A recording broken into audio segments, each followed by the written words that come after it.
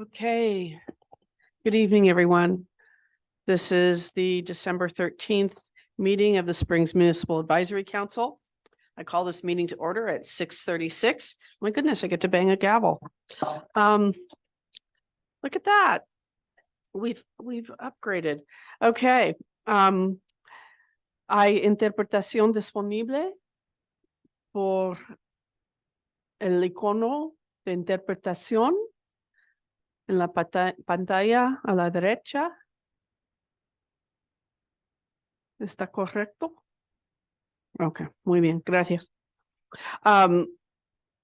Council member Winters is absent this evening, and Council member Reyes is also absent this evening.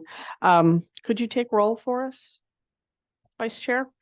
Yes, Councilmember Alcaraz, Present. Councilmember Allen, Present. Councilmember, I forgot, Lombard. Present. It's been a long day. Vice Chair Hardiman here. Chair Turi, Here. Thank you. Through the chair. Yes. One correction. Councilmember Reyes will be connecting later on, depending on school schedule. Okay. And we'll connect virtually, and address was noticed on the agenda. Thank you. Okay. So this is a hybrid meeting, and as you've noticed, occasionally we have technical difficulties. So thank you for your patience with that. We're being broadcast on Facebook and Sonoma TV. We'd like to thank Sonoma TV for their broadcasting and tech support, Lynn Marie always for the minute taking, SVUSD for the facility, and Rogelio, who sticks around till the end of the meeting to clean up after us. So we appreciate that. We have our interpreters, Dasha and Lorna, online. And thank you to Karina and Supervisor Gorin. And just a reminder to our audience that we are all volunteers and this is not a paid position. And we act as an advisory committee. We have our minutes from our November 8th. So that's the item 1. We're on to item 2. We have the approval of the minutes for November 8th and the 30th. And I'm wondering if there are any edits and corrections we need to make to those. And if not, if there can be a motion for each of the minute approvals. I motion to approve the minutes from the November 8th meeting. Is there a second? Second. All in favor? Aye. aye. I motion to approve the minutes from the November 30th meeting. Thank you. Is there a second? I second. All in favor? Aye. Excellent. Thank you. Okay, closing item 2, public comment. This is for items not appearing on the agenda.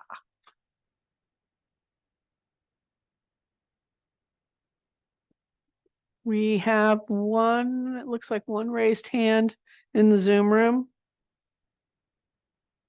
Okay, 3 minutes.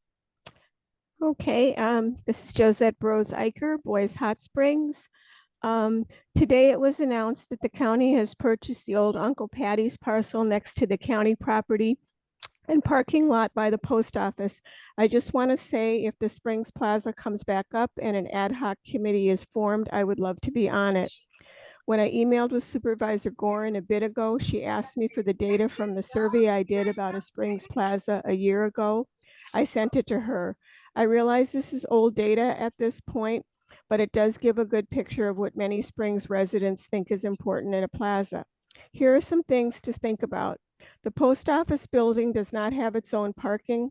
The parking lot is county owned. The post office really only needs a few spaces. Hopefully the rest of the lot and the adjacent dead end street can all be plaza space. Residents can be encouraged to walk or bike to events, and the county could work with other merchants to share parking on event days.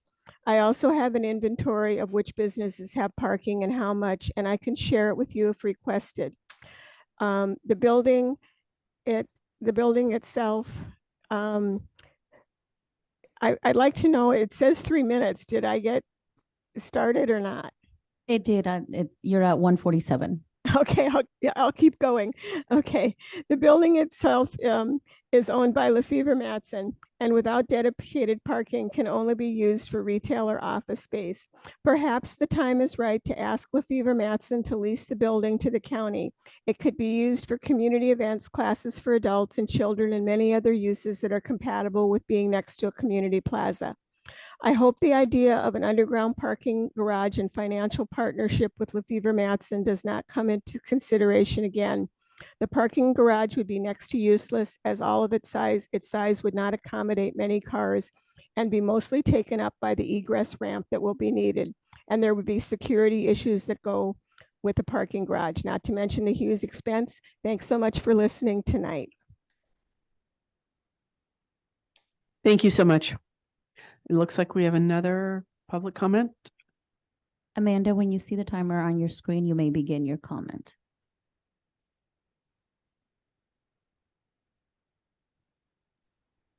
Hello, my name, excuse me, my name is Amanda Benton, and I am the new Community Outreach and Engagement Coordinator for the FEMA grants that Permit Sonoma has, which is Sonoma County. I'm alone with my toddler tonight, so I'm going to try and keep this nice and short. Supervisor Gorin asked us to provide some basic information about the program SoCo Adapts. This is a program that can help improve your home's resilience to wildfire.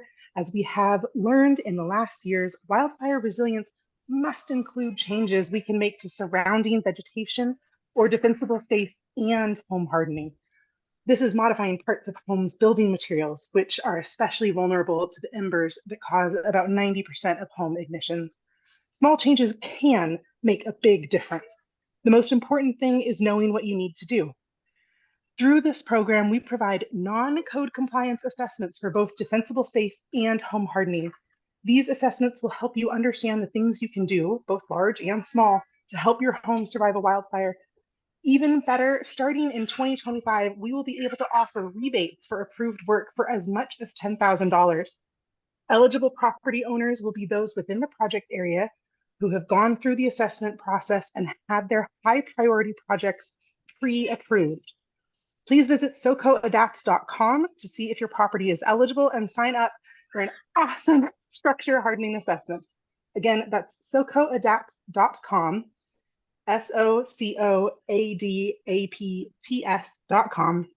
You can also contact SoCo Adapt staff directly by emailing us at wildfireadapted@sonomacounty.org or call us at 707-565-8575. Thank you so much. Thank you, Amanda. Are there any other comments? Alrighty, seeing none. If we receive written comments, they can be found on our website, at the county's website at sonomacounty.gov.ca. Excuse me, I'll start again. sonomacounty.ca.gov/springs -Mac to review any of the other comments we may have received. So seeing no more hands, move on to item 4, chair update. So we have 2 vacancies and we have interviews that are going to be happening in the next week or so to fill those spaces. We will have more vacancies in the 2024 school year. Sorry, that's where my head's at. In the 2024 year. So we encourage people to apply. We're going to have a mental health presentation coming up here in the near future, but have decided that based on some of the things that are happening in the Valley that we would postpone that, and that there may be an interest in the future for us to write a letter of support to encourage additional funding for mental health supports, particularly in our communities and in our schools. So that's something we may take under consideration in the future. We have our winter celebration happening on Saturday, the 23rd from 1 p.m. to 3 p.m. In the space that Josette was just talking about, the parking lot at 22 Boys. I think that Jesus, Karina, and Mari Carmen have been working on that event, so come join us. The annual report will be available after December. If you haven't sent me your updates, please do. And I'm at this point, is there any public comment on the chair update? Okay, seeing none, we'll move on to Supervisor Gordon's update.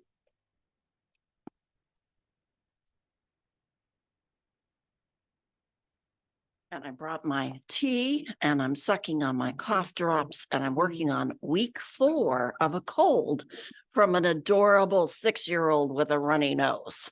Children are hazardous to our health. And I don't know how you deal with it as superintendent. You probably have, Immunity, yeah, I built up a lot of, you would think as a parent, I would have built it up by now, but Yeah. Colorado germs apparently are very tough. Anyway, I'm pleased to be here. I'm a little weary. Had another long board meeting, the last board meeting of the year yesterday, and another long session talking about the tree protection ordinance and the oak woodland ordinance. I requested, along with then Supervisor Mike McGuire, to put this on our work plan almost 10 years ago, and finally it's been coming forward. And it was a bit disheartening yesterday to hear the same arguments from certain supervisors about why it was not perfect enough and we need to go back and do more community outreach. Oh yeah, it has some has a few issues, but in general, I'm very concerned by the amount of trees that have come down in Sonoma Valley over the past decade or two. And I can see it, you can see it from any vantage point, the number of vines that cover our hillsides and mountaintops. And you can imagine all of that land were ostensively oak woodlands, and just imagine what it looked like. So trees are our future. They're our solution for climate change, and I'm committed to seeing it through, but and we did vote to put a moratorium on cutting down trees until the end of January. So hopefully we can get more information, more community outreach, and then bring that forward again. Previously, we did have a good discussion a week ago talking about how this board wanted to see us moving forward in considering a number of measures for tenant support, just cause eviction, and a number of other rent stabilization assistance. So we're considering that. Sonoma County Legal Aid has been very, very effective in guiding that discussion. And the board in general gave support for that, but we need community outreach. And so I think we will be working with the chair to schedule a discussion in January or February to talk about the various ways that the county should be considering trying to help folks who are challenged and staying in their homes. I think we have the resources to move right forward and have the discussion with our MACs, and yet other board members felt there needed to be a more cohesive county effort on community outreach. And so it may not be January, February, it might be later than that, but know that that is coming forward. And I welcome your thought process on what we should think about in moving forward as a county. Yesterday, the Director of Health Services gave a presentation on how the mobile support team will reflect and resemble the InResponse and SAFE team that are already in action. And we are required by the state to provide those kind of services 24/7 throughout the entire county. You can imagine how challenging that is. So they gave an overview, and I think I asked Karina to maybe send you all the PowerPoint presentation, which is a mile wide and an inch deep, about how it's going to be rolling out in the communities. They intend to have some part of that team embedded in Sonoma Valley and other areas. But for right now, they're scrambling to get their the mobile vans and the number of staff that they need to hire and the call centers up and running. So the good news is it's coming. The bad news is, as always, it will take a while to get there. I'm trying to think if there was anything else that I know we had an update of we had a beginning discussion about the update of the Sonoma County General Plan. And it's going to take long past my tenure as a supervisor, 5 or 6 years. We don't quite know what community engagement looks like.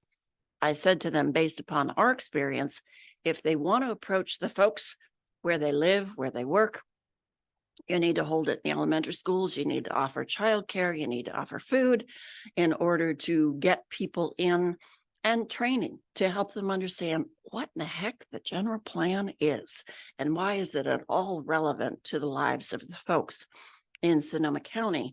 But some of the themes that we talked about, trying to maintain the identity of the small communities in Sonoma County, all those river areas, and certainly Glen Ellen is different than Kenwood, is different than the Springs. So it's going to be good conversation to have. And I worry that it will take so long, similar to the Spring Specific Plan development, that people will lose sight of it and just block it out. So I encourage you especially to pay attention as the years roll on. And I know that some part of you will be more actively involved than others. Our community meeting in December, I hope it's going to be scheduled. Do we have a date on that? Okay, we didn't talk about that today. We're going to have a community meeting talking about the housing element, SB 330, which is the builder's remedy process, and the beginning of the general plan. And so stay tuned. We hope to schedule that sometime in January, and it really depends upon the participation from planners in Permit Sonoma. So we're waiting on them to say this date works, but we're hoping for maybe a Saturday morning somewhere at maybe a multi-purpose room in one of our schools. And I'm available for questions, but my voice is weak and I'm sucking feverishly on a cough drop. Thank you, Supervisor Gordon. Are there questions or comments from council? Through the chair, Mhm. our service center building. Oh, yes. Oh, yes. We're getting ready to open the East Sonoma County Services Center. We love that mouthful. We sort of call it the hub, but not to be confused with the hub at the Hanna Center. So we might call it the center. I'm not sure for shorthand. The signs are going to go up on the building. You have no idea the process that we've gone through to finalize the design of the signs, the location of the signs, the color of the signs. Every time I turn around, General Services is contacting us for approval about this, that, and the other thing. But the D1 team has loaded up Karina's office. Actually, Karina loaded up her office, and we are getting ready to unload and do a little decorating and having a D1 Christmas party next Wednesday. And so I'm excited about that. And we are in discussions with Health Services Director, Human Services Director, to figure out what kind of services actually will be provided there. And Director Rivera said, oh, we're going to do this and this and this and this. And I said, whoa, wait a minute. What kind of space do you require for that? And then we heard that WIC is planning on meeting clients there December 18th. And I said, what? There's barely any furniture. What do you mean you're meeting clients there? So there's a few little snafus, but we are going to have a soft opening, I think January 8th, and a open house and tours of the building sometime in January. And we will invite you all, but we're very, very excited and trying to figure out what we can do to provide services for the community in a slow rollout fashion. Thank you. And just wanted to end by saying, I wish you all a happy and safe holiday season. And I know that it's particularly difficult as members of our Jewish faith are celebrating Hanukkah, and the turmoil and the hate and the just protests about the unrest in the Mideast is flavoring all of us. But I also, as I was coming down the highway, there was a pretty serious accident on Highway 12. Slow down. We're going to get some weather. Don't drink and drive, and hug your family and your friends closely. That's what community is all about. So thank you for all that you do. Thank you, Supervisor Gordon. I think we've got a couple of questions. Okay. Iris? Thank you. When do you think the spring specific plan is coming out? That's a really good question. Okay, thanks. 3 years ago. Wait. No, we're saying maybe May. But I haven't had a briefing, so just breathe a little bit. And so I don't even know what the latest draft looks like. So we've probably reviewed the previous draft and know that the two projects, the Builders Remedy projects, are slowly moving forward. And that's the point of the meeting, is to explain that process and the timelines. Thank you. I don't want to tax your voice, but I do have a question about the mobile support team. So they will be in Sonoma Valley. What other areas will they be covering? Do you have? Well, they're supposed to cover the entire county. And obviously, they're going to originate, at least initially, from the Santa Rosa area. Okay. And they will be on the road and traveling hither and yon. I don't know what the expected response time is. We're hoping, and that's the reason, to have somebody stationed in Sonoma Valley, because we know that it'll take an hour to get down here. In an emergency, you can't afford an hour. Yeah. Thank you for that. And one more update. I want to thank Josie for letting everybody know. Yes, the county did agree to acquire the undeveloped land owned by Karen Waikiki. That's the unpaved area adjacent to the Boys parking lot. And we may be looking at other properties to acquire, and we may be holding a community meeting to affirm what it is we want to see with the expanded footprint. So, and we're also completing or moving forward on phase 1 environmental, which is talking about and investigating what's under the ground, where the utilities are, and are there any hazardous substances that we need to be aware of. So it's a great thing. But I think if there's one thing I learned as supervisor working for this county, patience. Everything requires twice as long as you expect. Thank you. That was my second question. All right. Are there any other questions from council or comments? Chair Tari? Yes. Oh, go ahead. Jesus. So I just saw that the county started to demolish somewhere in Roseland, so that they can start a new plaza. So can you just explain us a little bit how that happened, or how it is like, or like what is the prospective plan there? When I talk about patience, I do mean patience. I actually worked on the Roseland Plaza when I was a council member, when I was mayor of Santa Rosa. It's been a project of importance to both the city of Santa Rosa and the county for a very long time. And it took such a long time to get to this place. The Community Development Commission was in charge.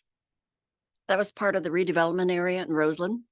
They took charge of asking for RFPs for proposal for affordable apartments, proposals for the design of the entire Roseland area, which is where the dollar store is in that parking lot. And so that plan has been in motion for probably 5 or 6 years, and it's been hung up.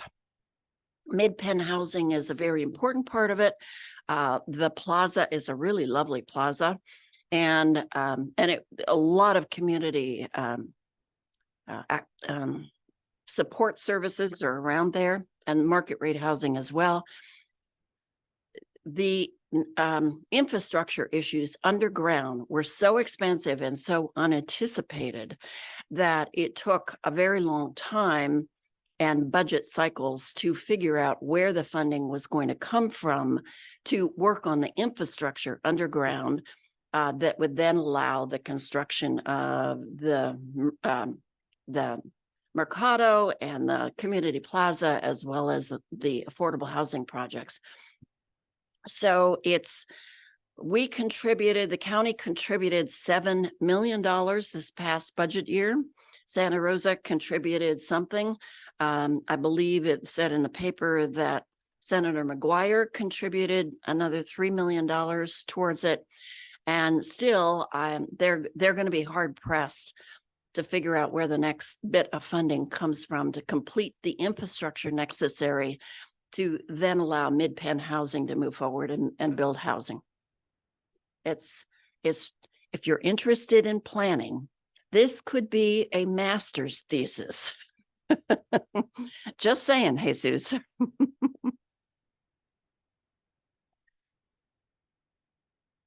Any other comments from council?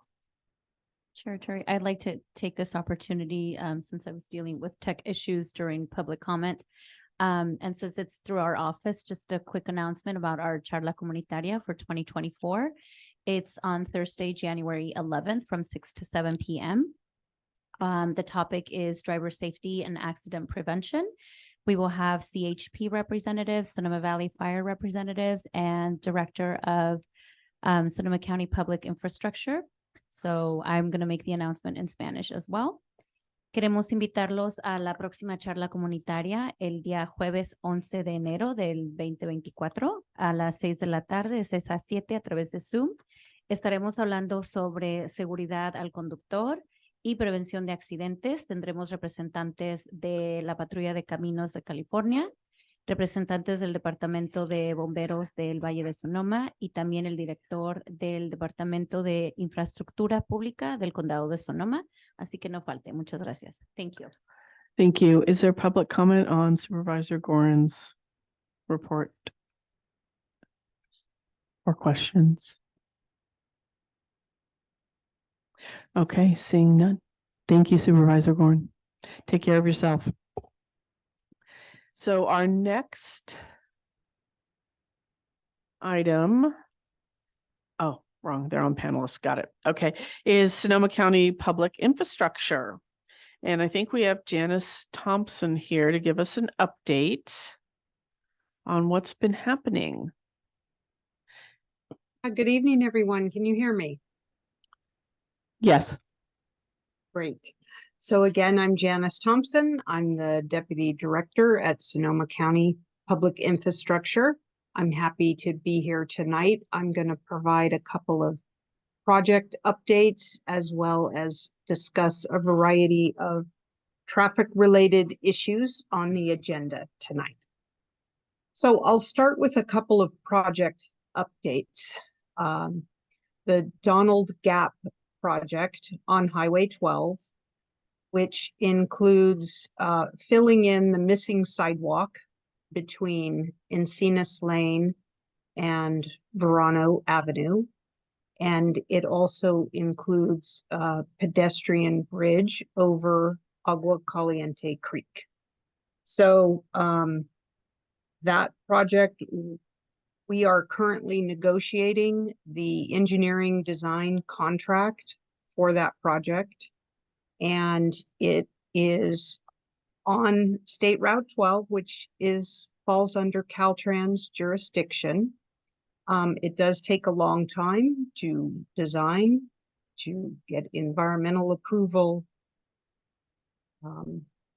and bring it to construction. So that project is planned for construction in 2027. I know that sounds like a very long time away, but that's the schedule that is approved by Caltrans right now. So we are getting that project underway. The next project update I have is pedestrian crossing upgrades, also on Highway 12. And we have 4 locations. Waterman Avenue, which is near the hardware store, Central Avenue, Sierra Drive, and Encinas Lane.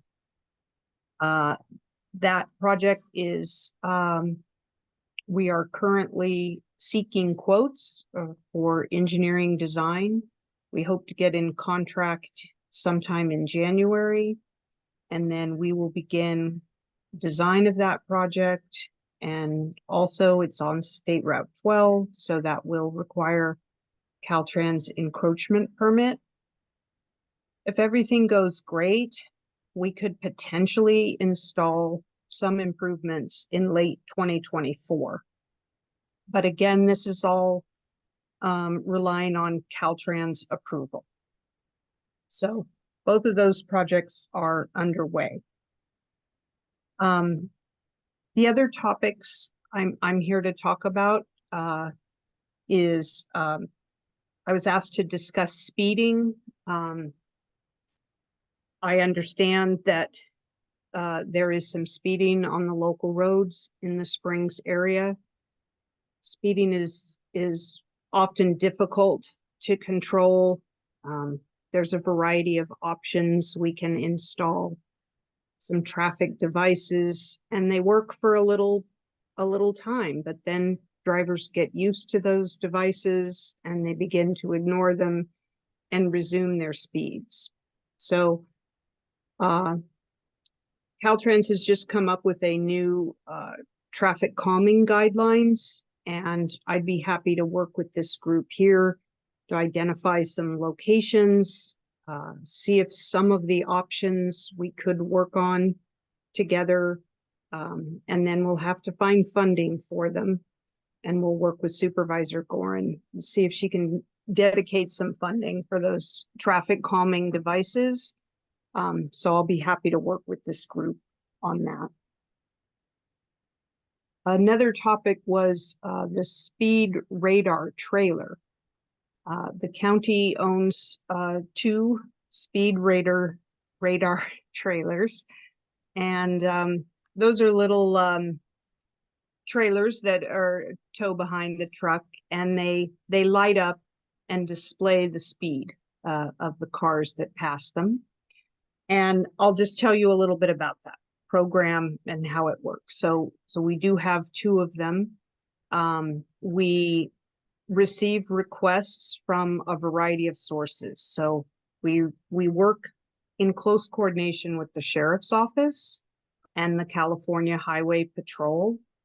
They request some locations, also calls from Supervisor Gorin's office and the public. All of that we welcome and we receive in our department. We log in the requests, and we investigate the various areas. We have to have room to safely park the trailer off of the road surface and shoulder. It needs to be on the side of the roads. We have to make sure we have room to install the trailer. Sometimes our little trailers get vandalized, so if we have to manage that. And then we place the trailer in a certain location for around 1 to 2 weeks, and we gather that data. We do find the results of that, though they are successful, but the success of lowering speed is temporary. But it is an effective tool to inform drivers of the speeds that they're actually going. So I would say just carry on as is, and we welcome requests for the speed radar trailer. So keep them coming, and we do our best to balance the load, right? So we have 2, and that's for the entire county. And, you know, we have 1,368 miles of road that we take care of. So you can, it takes a while to get there, but if you call us and request it and we can do it, we'll get the trailer in your area. Let's see, the next topic is a speed hump policy. So on the county's website, our department, under roads and traffic, we do have the speed hump policy. I'll tell you a little bit about it. It's not a normal device installation for our department. So we did develop a policy for the use of it. Lots of people request them and want them.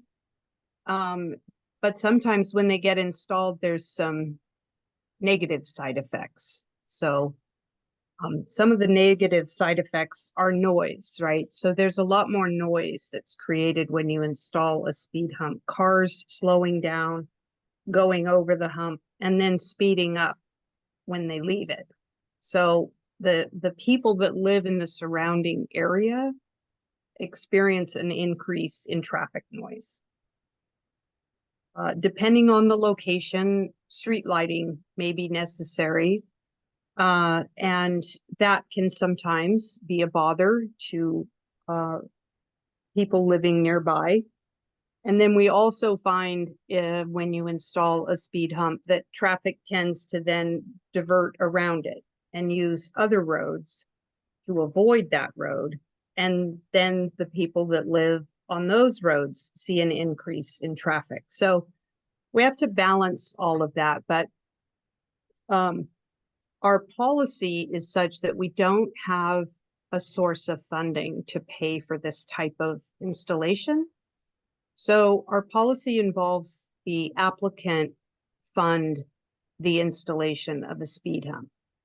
And our policy is such that we have a temporary speed hump that we start with. So it's a rubber version of a speed hump that we come out and if your location, so an applicant requests a location, and if your location qualifies, we install this temporary rubber speed hump and we leave it in place for 30 days. And we ask the applicant to then survey the surrounding residents. And they have to achieve a 2/3% acceptance rate or approval for the speed hump. And then if that 2/3 approval rating is achieved, then the county would come out and install a permanent speed hump and remove the temporary one. And again, this is at the cost of the applicant. Example costs are the temporary would cost about $15,000 and a permanent one would be around $25,000. Now, the application location has to meet some criteria. It has to be a local road with a speed limit of 25 miles an hour. And part of the approval process is local fire approval and transit approval. So it's a pretty rigorous policy, but it is on our website, and you're welcome to contact our traffic division to see if the location for your road qualifies for a speed. And then the final topic that I was asked to speak about was reporting or requesting road maintenance service by using our SoCo Connect applications. And if I could share my screen, I have a really quick PowerPoint presentation.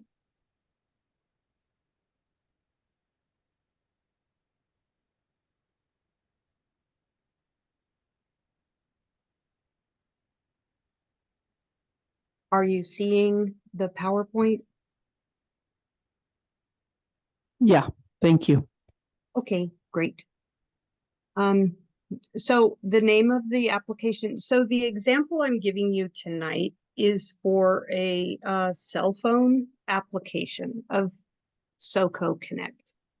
But we also have a website that you can report, and you can also call a phone number that's manned during working hours, our road maintenance phone number. That phone number is area code 707-565-5100. You can always call and report a request for service. But if you wanted to try this phone application, which we love, here's what it looks like. So this is the application, SoCo Connect, and you would hit that middle button down there, which says requests. And then this would be the pop-up window that comes up, and you would hit that top button there, create a request. And then this screen would show up, and we're looking for you to either create an account or log in. So we like to have a way of contacting you. Sometimes we have questions about your service request. We may need more information or in order to respond. So we do like a way to contact you. So email's a good way. So after you log in, this is the screen you would see. This has to do with the fact that we really like to get very exact locations for the issues. So it's easy if you allow the application to share your location, but it is up to you. You can put in service requests if you don't allow the application to share your location. So that would be at your choosing. The next window that comes up is your type of request. Code enforcement would be where you want to report an issue. Maybe you're having trouble with a neighbor or a fence, or kind of the code enforcement really has to do with a private property matter. And the Permits and Resource Management Department would be responding to those. If you're trying to make a road request, you would select roadway. And then another category there is the signs, signals, and lights category. So if you were to select roadway, I'm providing one example here. This would be the next message that you would see. There are a variety of topics here: guardrail, trees, litter, culvert, pothole, signs. Anyway, you can see the examples. I selected pothole. That's typically a popular one. If you select pothole, here's the next screen that comes up. You can see there, step 1, I've selected pothole.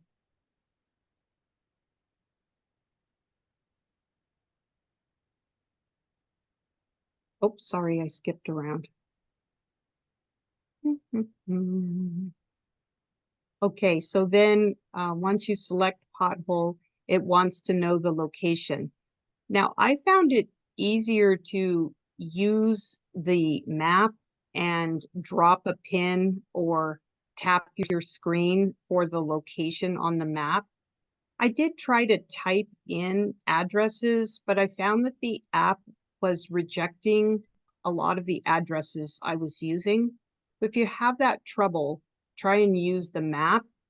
You know, you can expand the map and zoom in on it and give us a really good pin drop with your finger.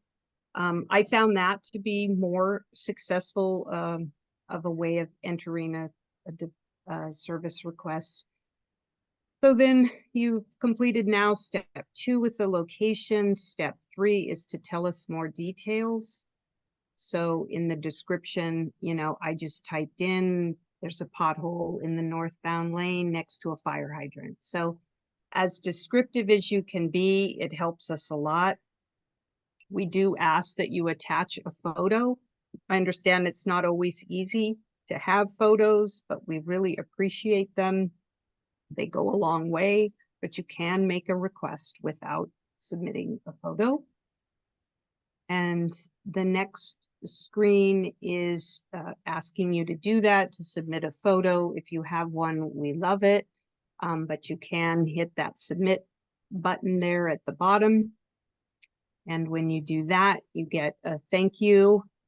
You can go and look at your request. You will be assigned a number, and you can then track that request in this application.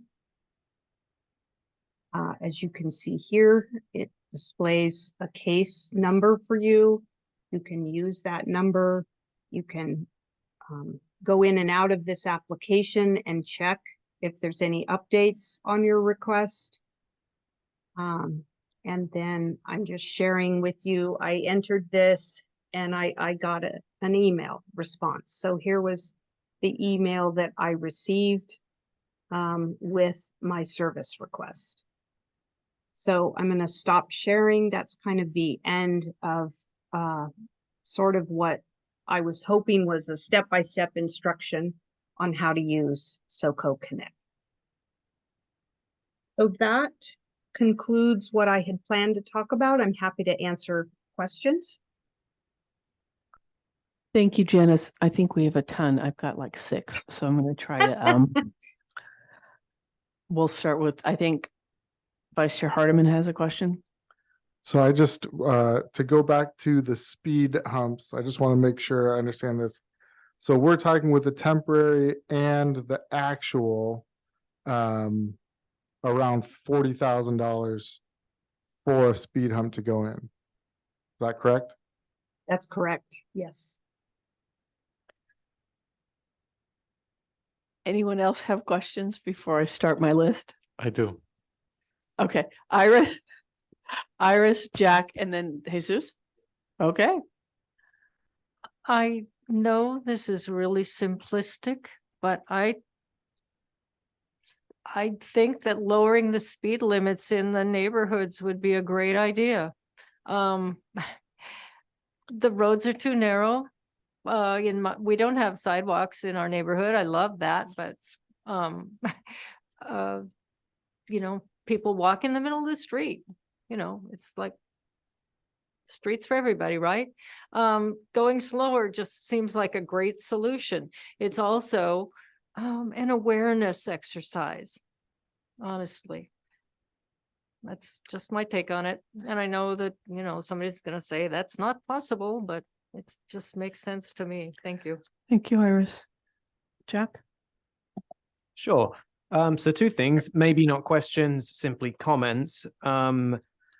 The first, going to the Donald Gap situation, I've mentioned previously that having a kind of temporary barrier to allow pedestrian access safely with a solid division between traffic and the edge of the bridge would be a successful temporary measure to allow people to cross that and not feel more in danger of being hit or at work, like close calls or anything like that. And this is particularly important with the new addition of the Siesta Apartments and the Homeless Action Sonoma Village, which is going to encourage much more walking, as there are a lot of folks who do not have cars or other modes of transport, so they will be walking around town. So that's one part. The second thing, some people may not be a fan of this, but it has proven to be highly effective as a preventative measure. And I understand some Bay Area cities are also doing this, and that's an introduction of a deterrent to speeding, which fondly known as speed cameras. These are autonomous, and they can effectively provide tax revenue, which can go back into sort of like improvements for the most part. Because I think one aspect that I know is very successful in the UK is if you get caught a bunch of times, there's things that you don't want to happen, like losing your license. We won't go into the specifics of that, but it does reduce speed around sensitive areas. For example, like my high school had one, and it reduced collisions there by a lot. Shout out to my mum for getting caught on it twice. But there you go. So yeah, those are just two things to note for future consideration. And the idea of the cameras is in more highly trafficked areas, so I don't think they would be helpful on a residential street. But prove me wrong. If there's some data to back up issues in that area, perhaps. Thank you. Jesus? Yeah, thank you. Oh, Can- sorry, am James. I go ahead. Yeah, I just want to respond. Thank you, Jack. So there is a plan to put delineators on the bridge over Agua Caliente. Put some delineators on the edge lines there, and that's going to be coming in the next couple of months.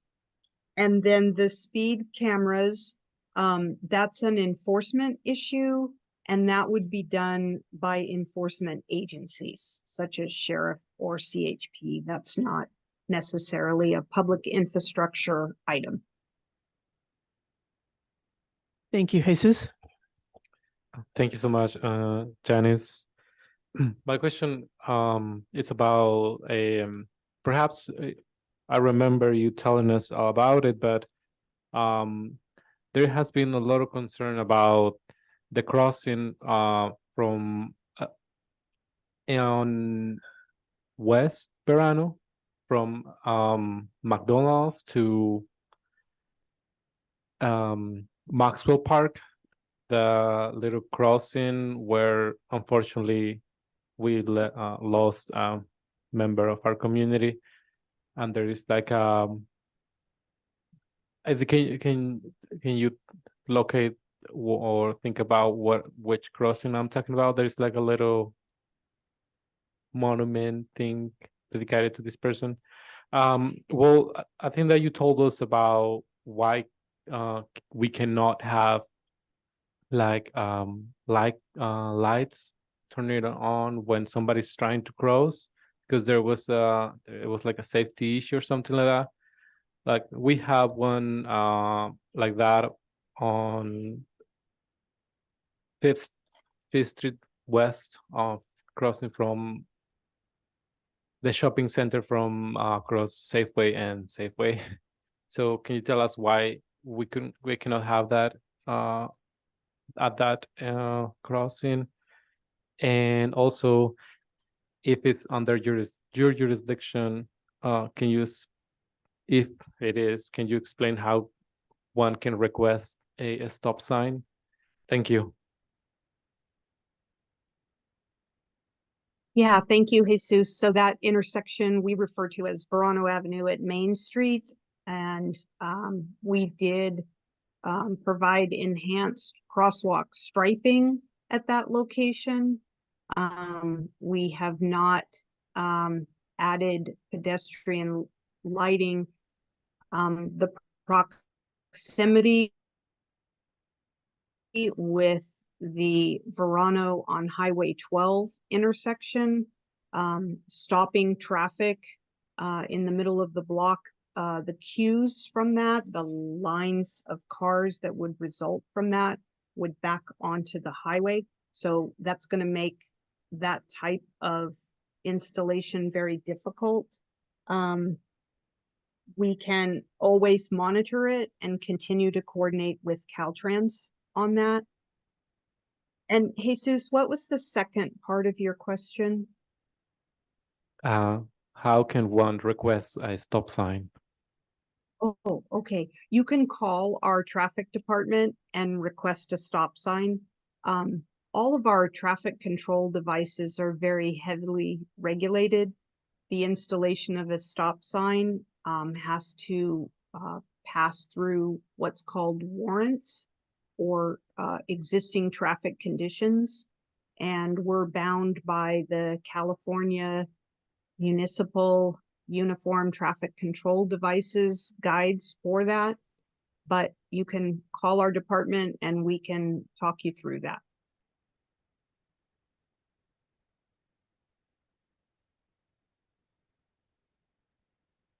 Janice, thank you for your report. This is Susan. Jesus, I think I'd like to follow up with Janice on the possibility of a stop sign there. She is right. It does require warrants, meetings, specific requirements and criteria. And in fact, if we have not documented that, then the CHP cannot enforce on folks who do not stop at the stop sign. But I've frequently raised concerns about the safety of folks, particularly at that intersection. So Janice, I'll talk with you further about that and let's explore that. You also probably know that there is a pedestrian crossing flasher further west on Verano, close to the Faja Apartments. Is where the bike path comes in and then crosses the road. And I'm not sure when and why they put it there rather than further up, but there is a crosswalk indicator there. But I agree with you. I think it's that intersection, especially with low light conditions in the morning or afternoon when the sunshine hits the drivers right in the eyes. I think it's dangerous. I agree. Thank you, Susan. So Janice, I'm going to rattle off my questions and you can take them any way you want. First of all, thank you for being here. I know we keep asking you to come back and it's just a really important topic for the MAC, the safety of our pedestrians in the Springs. And I also want to echo your SoCo app. I've used it. It works. You get updates, potholes get filled. So thank you. It absolutely does work. So I'm going to take them in the order that you commented on.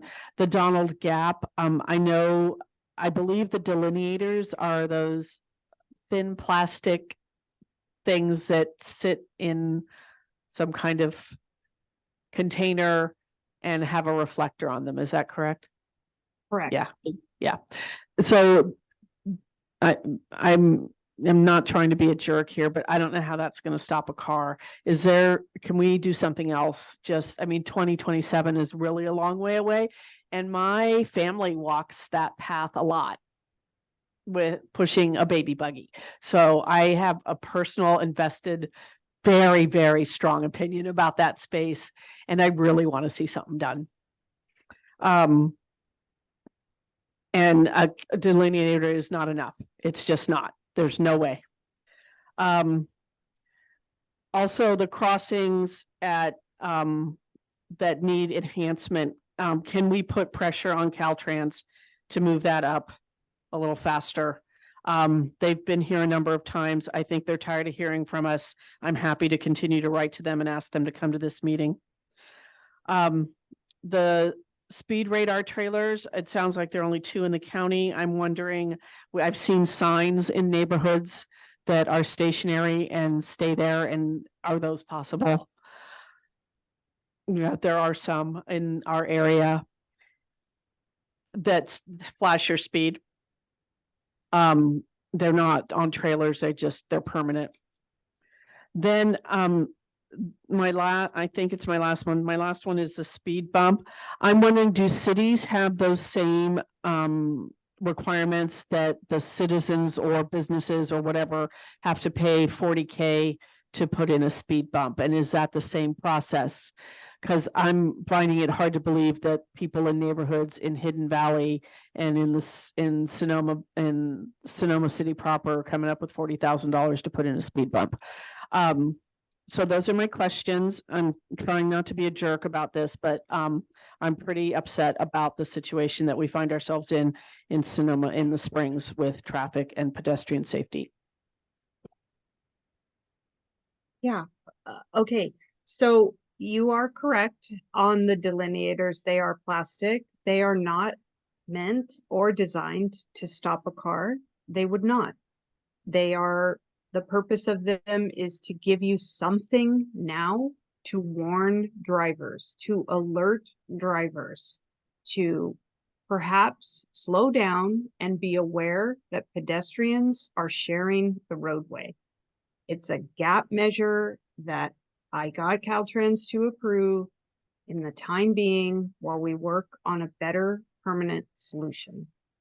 So we can continue to work on something that Caltrans will accept, but there's simply not the real estate on that bridge for further installations. So we can continue the conversation.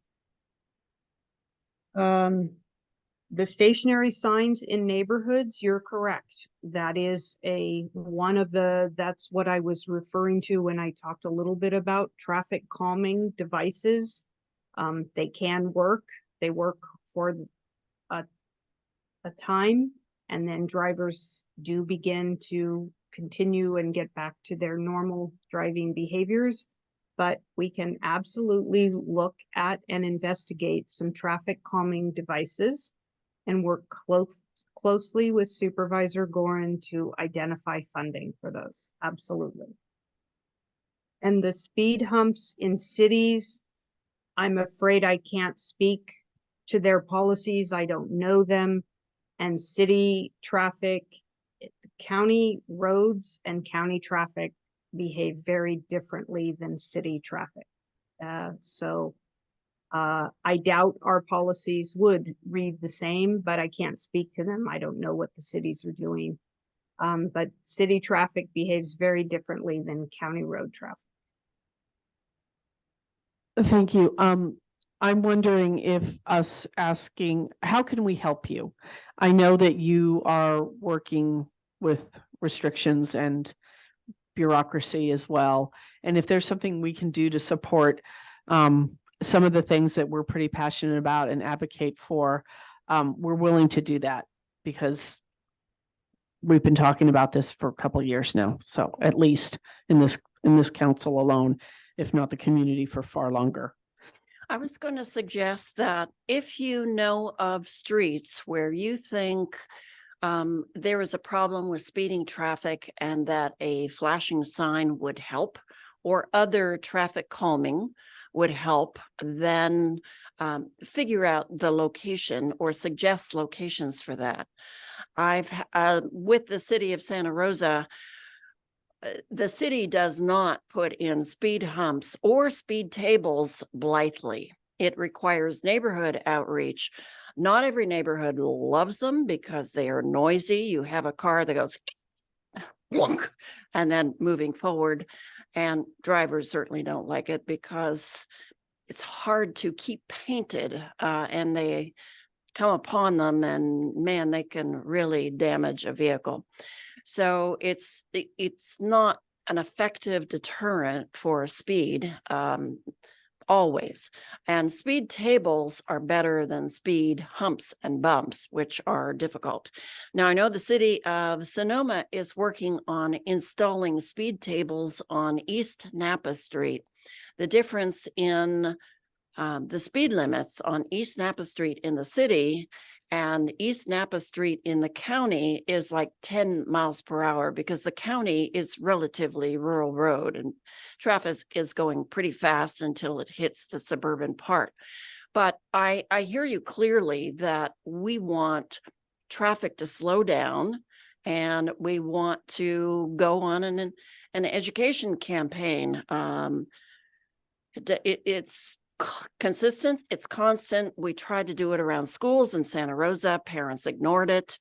Usually neighbors are the worst offenders because they're really comfortable on their way to work and home.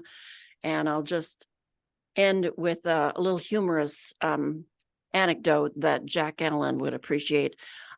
We did have someone complain about the speed on Orange Avenue, and we asked CHP to patrol that street. And who should get a ticket but the brother of the person who asked for it? So be careful what you wish for, indeed. And I wish I could say it's just random people speeding through the neighborhoods. Usually it's neighbors, and that's the challenge that we have.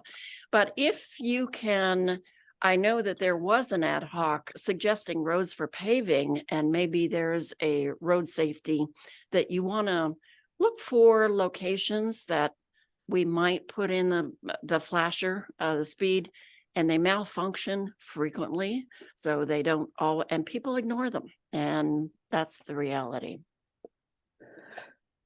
Thank you. Are there more comments from council? I thought, oh, okay, so that's okay. I'm gonna go Iris and then Jack. Thank you. Okay. We've talked about crosswalks getting just 4 in the Springs being marked, I presume, with flashers and improved. There are precious little marked crosswalks on Highway 12 going through the Springs. I realize the problems. We don't have 4-way intersections in throughout the Springs, basically. They're all 3-ways. And I walk across that highway, and it's just, take my time, look, and hope. And sometimes I feel like I'm just target practice. People either they don't slow down or they speed up. It's crazy. And we have more and more people in the Springs who need to be able to safely walk across the street and walk along our streets. I would just hope for more crosswalks. That would bring awareness to drivers that there really are people who want to cross the street, and that it is a legal place to cross the street. The other thing is, I think that I was in Rome in the spring, and Rome is notorious for having crazy drivers, but I felt much safer as a pedestrian in Rome than I do in the Springs, at least on the highway, and throughout the valley. I think we need a public awareness campaign, an aggressive public awareness campaign that pedestrians are legitimate users of the roads also, as well as bicycles. Those are my comments. Thank you. Thank you. And I was just going to say, Iris, first of all, thank you for walking. You're an anomaly almost. A lot of people do not walk for some of the reasons that you just talked about. Janice is a veteran of the widening of Highway 12. She's been with the county and worked on this project for a decade plus. And the county and Caltrans carefully negotiated all of the crosswalks along Highway 12. If you have a suggestion on another crosswalk that should be added, then suggest that to us. But we have worked with Maite. We've worked with, I think, Hannah to identify the 4 locations of the crosswalks for the pedestrian activated crosswalks. We've worked with Janice. We've worked with Caltrans. And so we're now a year plus into it. And I want to thank Janice for hiring the consultant that's then going to be installing the crosswalks. That alone is almost a miracle. So it's taken a long time. But I think maybe the first step is to get the crosswalk activators installed and then see what happens with the traffic, and maybe suggest other locations in the next phase. Thank you. I'm not asking for crosswalk activators or anything. I'm asking for paint on the road. And I understand that. And so we've identified all the locations that were likely. If you have another location, let me know. Is there any plan to put paint in those locations? No, but paint is cheap. I realize that. And we would just have to analyze to make sure that it makes sense. Part of my point is that those 4 locations are very far from each other. I do not walk to the place where I'm, approved to cross the street. It's ridiculous. And I understand that. Not every block can have a crosswalk. It is a state highway. Not every block can have a pedestrian activated flasher. And so people may have to walk. But again, suggest a location send us an email and say, where do you walk? And I recognize that it may not be frequent enough, but boy, I'm the biggest cheerleader for saying, we're finally making this happen after a decade of conversation, and getting the activators happening next year. Thank you. Celebrate the small successes and then move forward. Jack. So going back to the delineators thing on the Donald Gap, if that's all that Caltrans approves, I know that they did approve plastic barriers previously for construction, and it did not impede on traffic. I mean, of course, I don't know the kind of ins and outs. They look a little something like this. You can't see. It doesn't show up. But they didn't have that when they were working on the bridge. Yeah, and those are bulky enough that they act as more of a visual deterrent than sticks, which delineators, let's face it, they're plastic sticks with shiny bits on them. Just food for thought on the discussion there, because the Caltrans has been okay with that before. If they said that's not okay in future, well, something's not quite right there. Are there other comments? Seem to be losing my voice. Yeah. From council, we'll go to public comment if there isn't. Okay, any public comment at this time?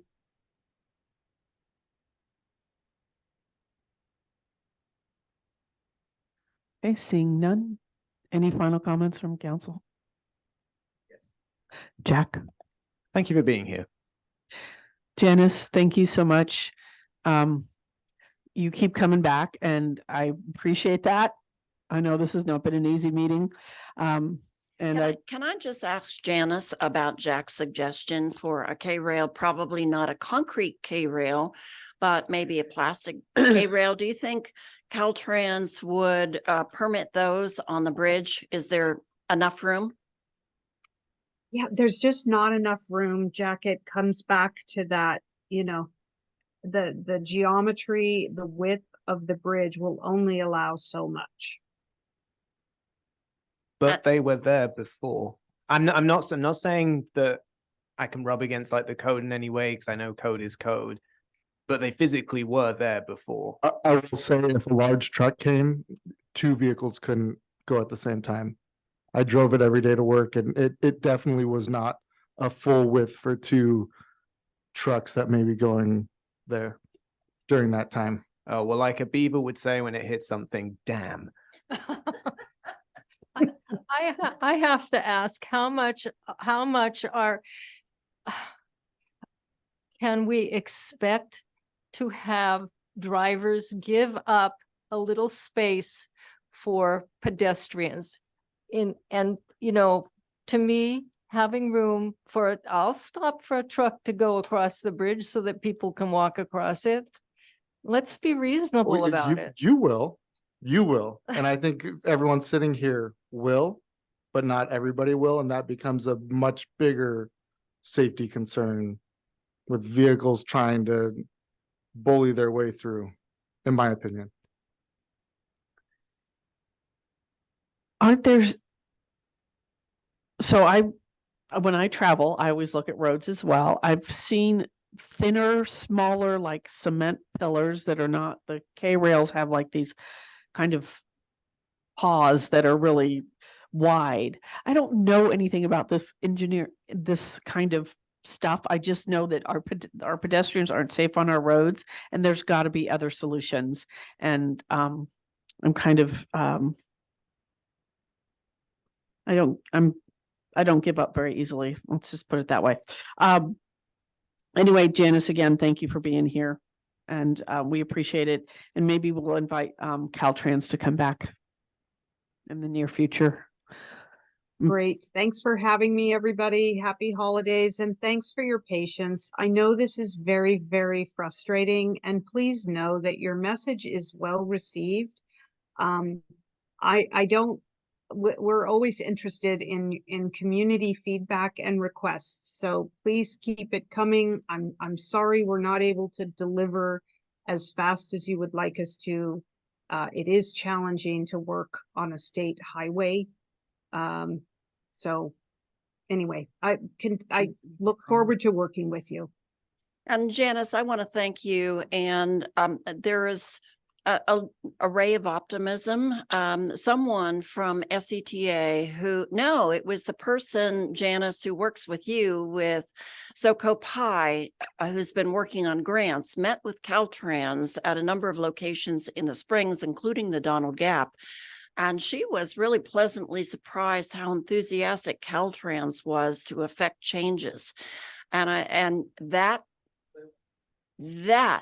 is attributable clearly to you and to the community for your persistence, your patience, I would say, in air quotes, and your passionate advocacy, because that's unusual for Caltrans to be enthusiastic about projects. But the good news is, Janice, were you there when your grant coordinator, I've forgotten her name, was there meeting with Caltrans? So I wasn't able to make that meeting, and she was kind enough to cover for me. And her report out was, as you say, Supervisor Gorin, Caltrans was very enthusiastic, as were the funders for your Donald Gap project. So that was indeed good news, and we're hopeful that our grant application to construct that project on a permanent basis will be successful. And that grant is for the active transportation grants. And there's a whole slew of projects that are being submitted by the county, by Janice, to Sonoma County Transportation Authority, who's coordinating that. So I'm trying to figure out what projects they've included and what projects need to be included. So let's go get our federal tax dollars and bring them back. That's right. Thank you. Okay, we'll close item 6 and move on to item 7. Thank you, Jack, for being our SVCAC MAC representative. And you have some information to share with us? Yeah.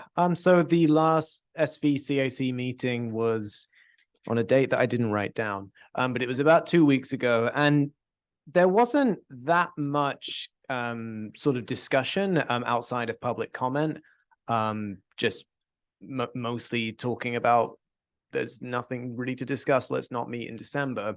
But the thing that did come up as public comment was, I don't know the official kind of terms for this, but it was a comment on the trains being stored back in Shellville with the potential hazardous chemicals. And the concern raised by the individual giving the public comment was, if like some of the chemicals that have been in these containers in the past are volatile, and the main concern is if there's any train derailment, and this can happen if a car is stored immobile. So like if there's any like subsidence in the winter when there's a lot of rainfall, there can be derailments. And there was one, I think it was 2 months ago. Thankfully, the carriage just had grain in it. But the concern there is if these chemicals, if they spill, there could be sparks. Sparks make fire. Fire makes explosions. That's not good. This is I think some of you know this is part of the smart train storage. I mean, I don't know the full ins and outs, but effectively, like as a county, we're all paying taxes for the smart train, which is ultimately good. But the benefit that the valley gets is we can store the bad stuff, and that seems to be it from what we've had reported. The biggest concern with any explosion risk is if anything did happen, or even if there was no explosion, the chemicals just leaked, it would mean that our valley's sewage system would suffer greatly, and there would likely not be sewage services for up to a month whilst they kind of flush out whatever's gone through the system. which I think you'll agree is pretty awful. If you think how many people live in the valley, it's not just Sonoma, it's not just the Springs, it goes all the way up to like the sort of east side of Santa Rosa. It's bad. There's no nice words about it. So that was a topic that we hopefully are going to be talking about in January. I think there's a meeting with SMART, with I think one of the county supervisors. Susan, you may know sort of more about this, but up to this point, this is what was shared with us. So not great news. Hopefully we can get in before the meeting and have a discussion to know what the heck is happening. But if you want to fill in for any gaps I definitely have, that would be hugely appreciated. I bow down to Norman Gilroy, his incredible experience, knowledge, patience, research skills. He's been like a dog with a bone on the rail storage tankers. And you know that they had been stored in Sonoma Valley for a number of years. The SMART train system operates freight, and their freight hauling has been operating well. First, let me just say, in the short tenure that I served on the SMART board as a Sonoma County supervisor, along with one other supervisor, including David Rabbit, I was able to get the board to stop the accepting rent for the tanker cars and storing them in Sonoma Highway or in Sonoma Valley. And then I was replaced on the SMART board. And the problem is that they operate at a $500,000 deficit each year. And they get rent for each car that they store $5 a day. So it was pretty lucrative. They hope to substitute storage of tanker cars with actually transit of goods and services or goods anyway. And they have not been able to generate users of their freight hauling business. So they are contemplating, once again, thinking about how to store tanker cars, not necessarily with LPG. They're suggesting, how about vegetable oil? And everybody loves vegetable oil, natural substance, but it's flammable and it's not nearly as hazardous as the LPG. So the SMART board has not made the decision on whether or not they're going to do this, but what's really driving the discussion is their need to subsidize or to earn revenue for their freight operation. They can store some of the cars in another location, I think near Novato, but they don't have capacity to store a large number of cars in the main corridor of the track. And I have said to Eddie Cummond that Sonoma Valley gets no benefit from the SMART train. We pay our sales tax and we get no benefit, and you insult us by storing the tanker cars in Sonoma Valley.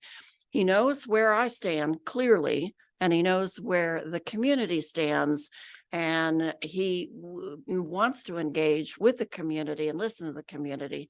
So maybe we can invite him to the MAC meeting to have this, or the CAC to have this conversation.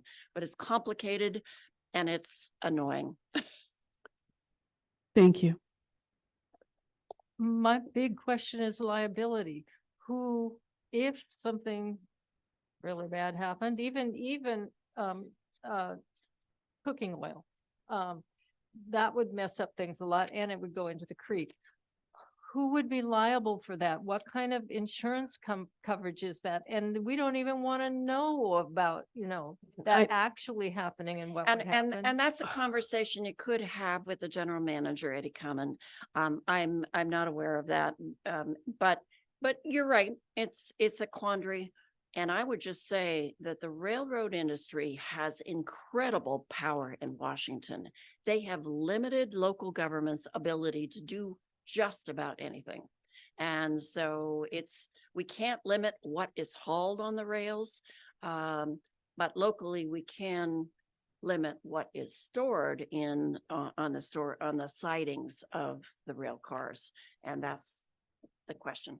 Thank you. So we're gonna stop there because we're venturing into, it wasn't on the agenda. So I'm gonna suggest at our future agenda items that seems to be a very hot, important topic. Okay. Any other comment on Jack's report? Oh, I don't know. Did I? Is there public comment on the SVCAC report? Okay, thank you. All right, we'll move on to our ad hoc reports. I think the first one is Adopt a Road. So it should still be on for January 15th. I need to double check with Karina if there's anything outstanding on that. I can do that out of this meeting. But I think it's just dotting the I's and crossing the T's. Do you have a time for that? Not yet. Okay, I would imagine during daytime hours. I think that'd probably be a good Yes. idea, Jack. Question. Jesus. So for the Adopt a Road ad hoc members, the details of that event or projects. Is it possible that if we can do like eventually we have to do outreach for our neighbors of neighbors to come out and help us, correct? Right? To clean the road, something like that. Yes. Right, so maybe we can clean like adjacent roads to the road we are cleaning, so we can have a cleaner neighborhoods. I don't know if maybe you can take that into consideration for the day of the event.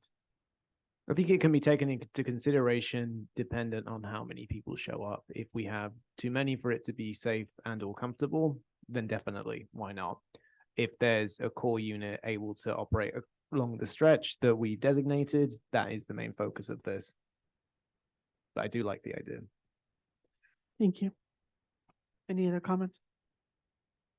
Through the chair. Yeah. I think that the winter celebration is a great opportunity to promote this. I will work with Jack on Mayor Carmen, who's also in the ad hoc on. I don't know if you've designed a flyer, and then we can work out a press release too to help you out with further outreach. I can do that. Okay. Bicycle racks. So, Joe, you want to take that one?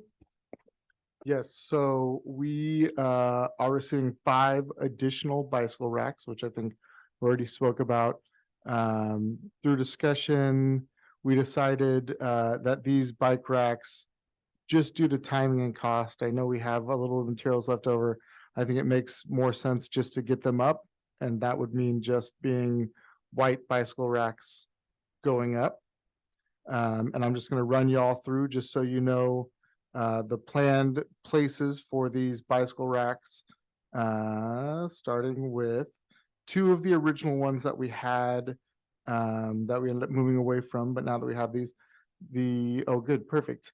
So the 2 spots on Verano, one by Maxwell Park, which is that one you see right there, and then across the street by Faha is the next one.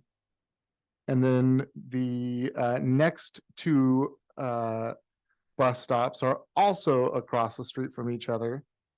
These are on Highway 12 at Encinas, next to the, which it's just a fence there, but now it's Homeless Action Sonoma, all the tiny homes right there. And then the next one is just across the street as well, which there will also be eventually a lovely crosswalk connecting those 2. And then the final one we are suggesting, because the Springs is not only the highway in Verano, is on Agua Caliente at Lake Street. Right there. So one thing that I just want you all to know, I know it was amazing. The first ones we got, they went up super fast. because two of these are on Highway 12, that means Caltrans may need to be approving of them before they go in, so that could push it back, but I know we already had some on Highway 12 and those went up super fast, so it should be fine. And then the one on Agua Caliente may need approval from the property owners of the apartments there, so that might push it back. But ultimately, may all move really quick and smooth and be up. But that's what we have decided and the spots for the next bike racks.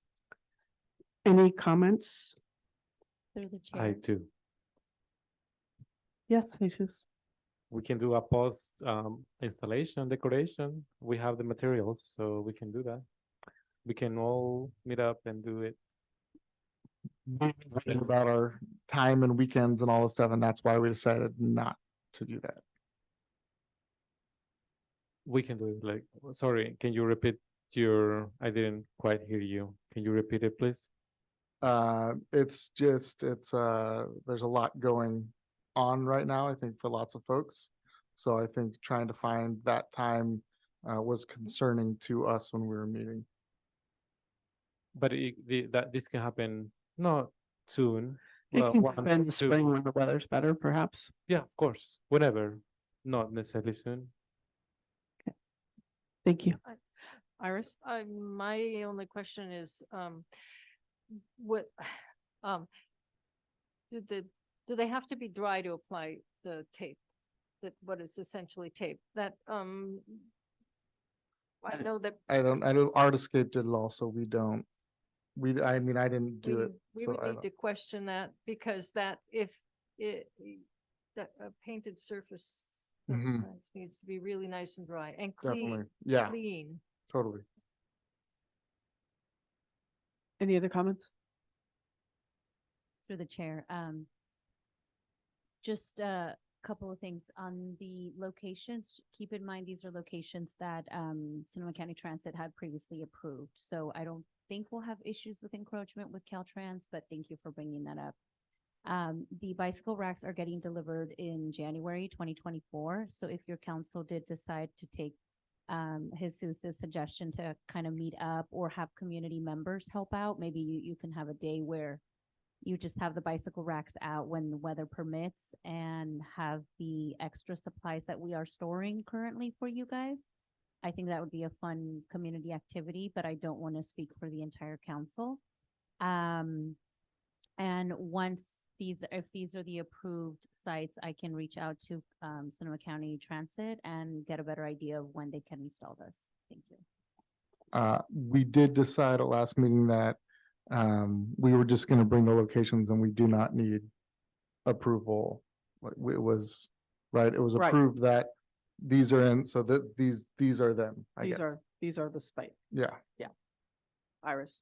And Jesus, I support your idea of trying to do it. If they're coming in January, things will let up a little soon. And it seems like we could find a time to meet and do it. It seems more efficient to do it that way than trying to do it later. And like it would actually get done.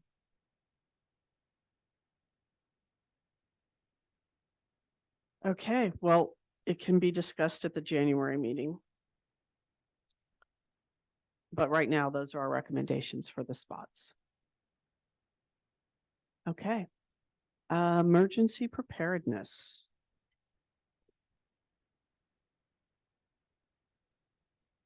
We haven't met, and as far as I know, there's nothing currently brewing. Thank you. Logo competition. So we've had the ballot out.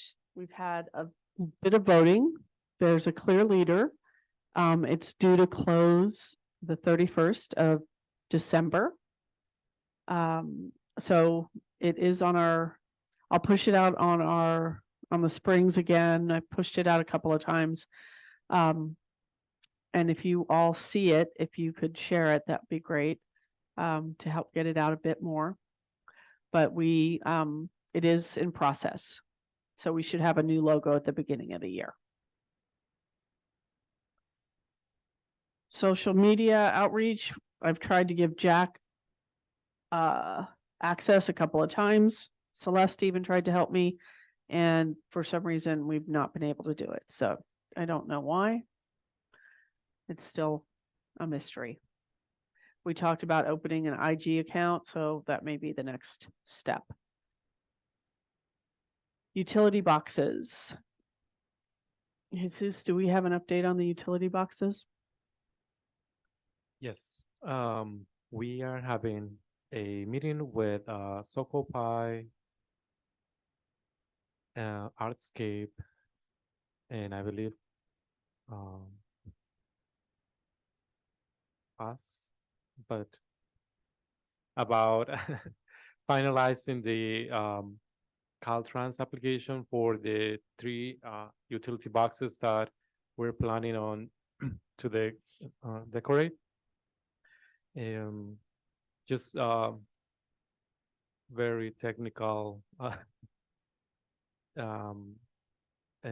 elements that we need to address, and I hope that we can all tackle down or find a way to figure that out in this meeting that we're holding next week on Tuesday. And so far, the artist, Kaya Rose, presented a proposal on she's working on the designs. Hopefully she's working on designs. We gave her input about the Google form input that the community provided, and so we hopefully that she utilizes those suggestions for the designs along with her ideas. And hopefully once this is done, and she has the designs for the three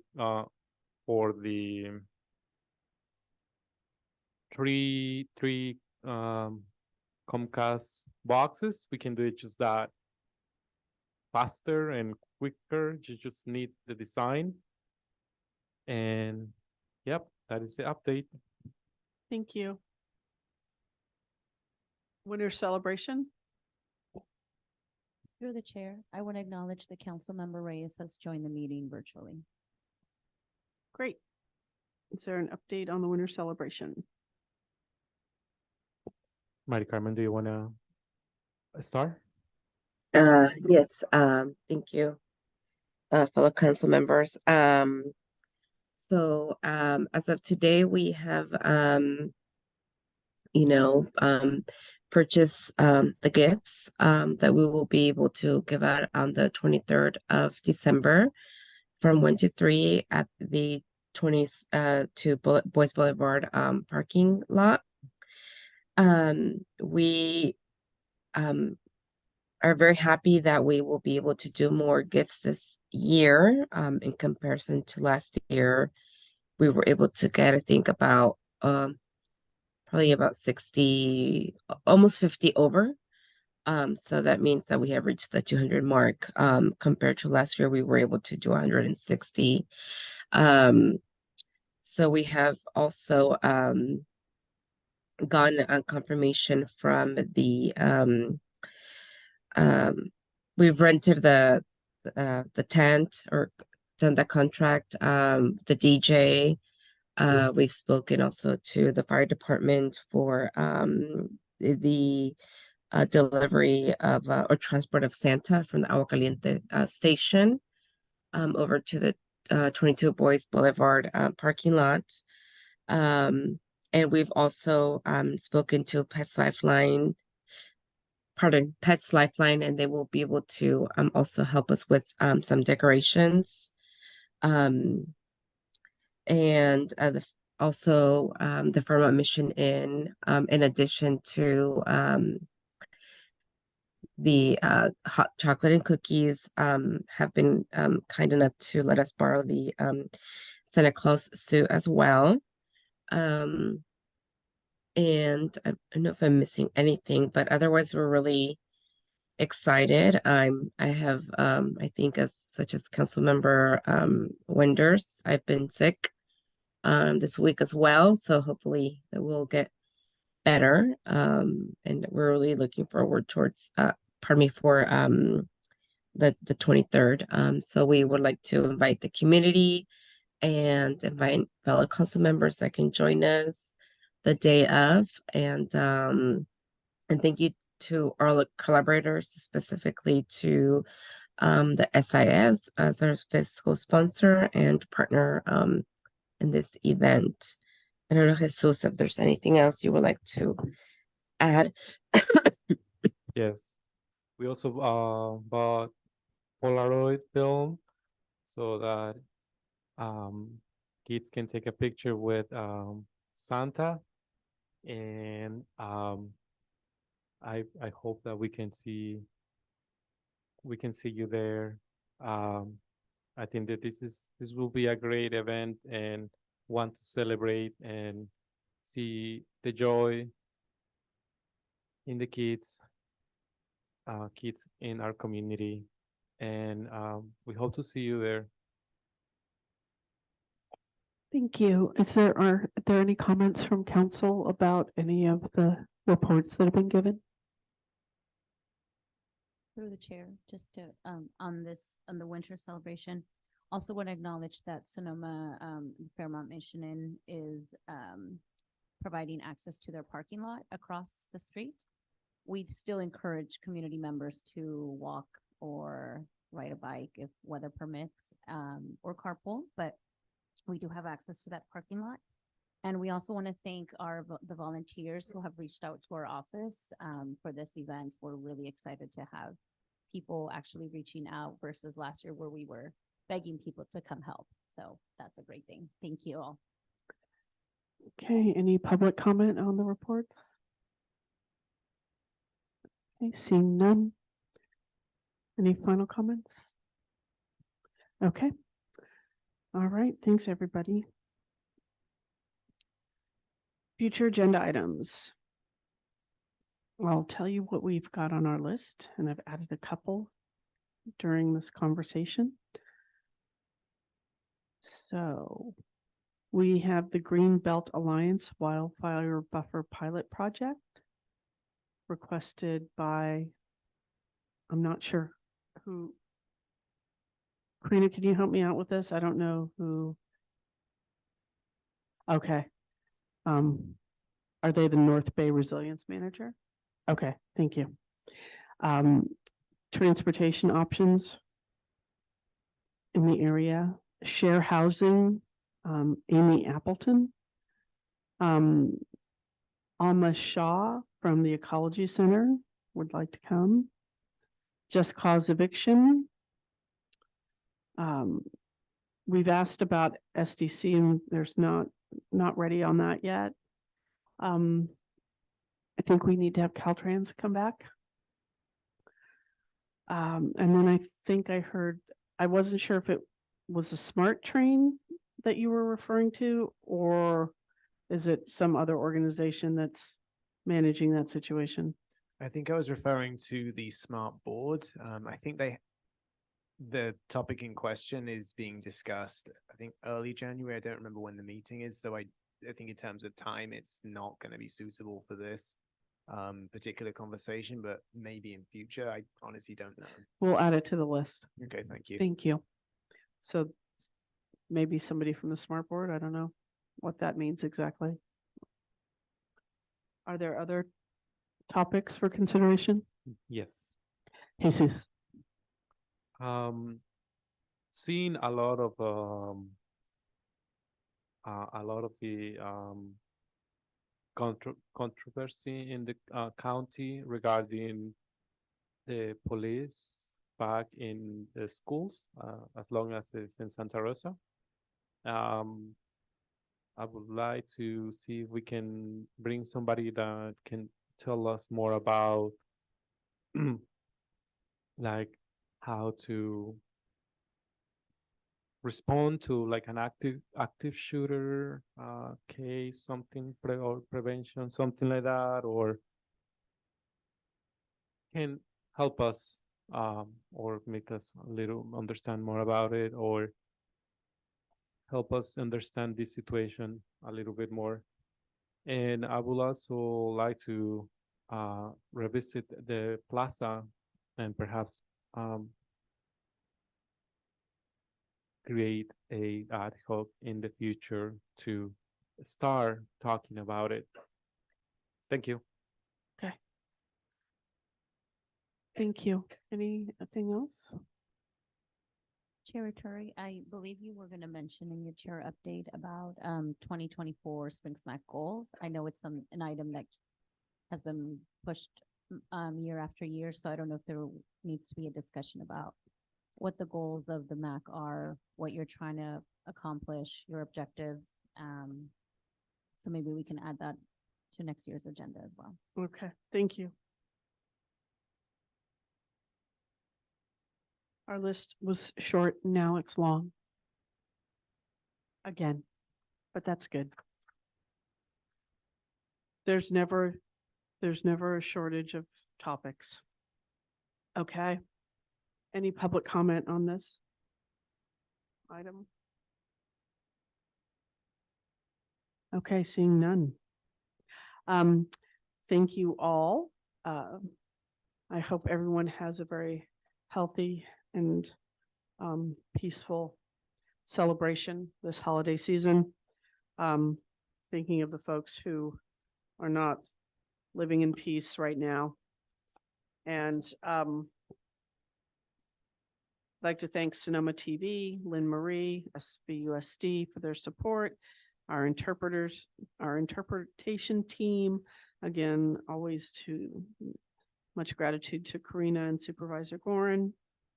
And I wish you all a very happy holiday. Is there a motion to adjourn? I motion to adjourn. Is there a second? I second. All in favor? Aye. Meeting adjourned.